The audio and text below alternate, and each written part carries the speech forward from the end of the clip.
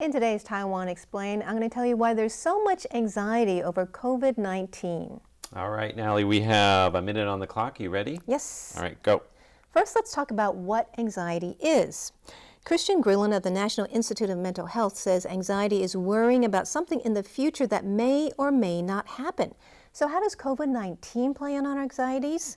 Well, just this week, the New York Times described how coronavirus hits all the hot buttons for how we misjudge risk. There are reasons we take mental shortcuts in assessing risk and instead react emotionally to COVID-19. One is that we're always seeing bad news, more and more victims every day, even young doctors are dying, and then there are cluster infections on cruise ships. Our brains also tend to focus on new threats like COVID-19 rather than the common flu, which is a lot easier to get and even die from.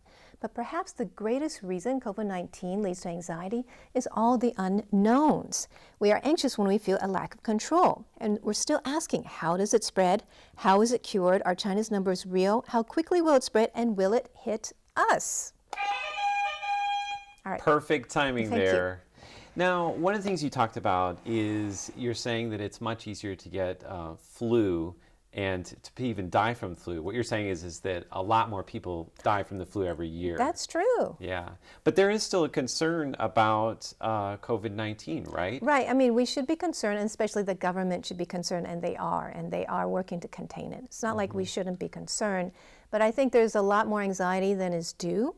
For example, we have about 24 cases. That's like 1 in a million. Okay. So even though the fatality rate is much higher than flu, the chance of us getting COVID-19 is relatively minimal. Right. So what about the average person? Should we worry about it? Well, I think we should stay informed, but not worry about it. Okay. Do what we can do.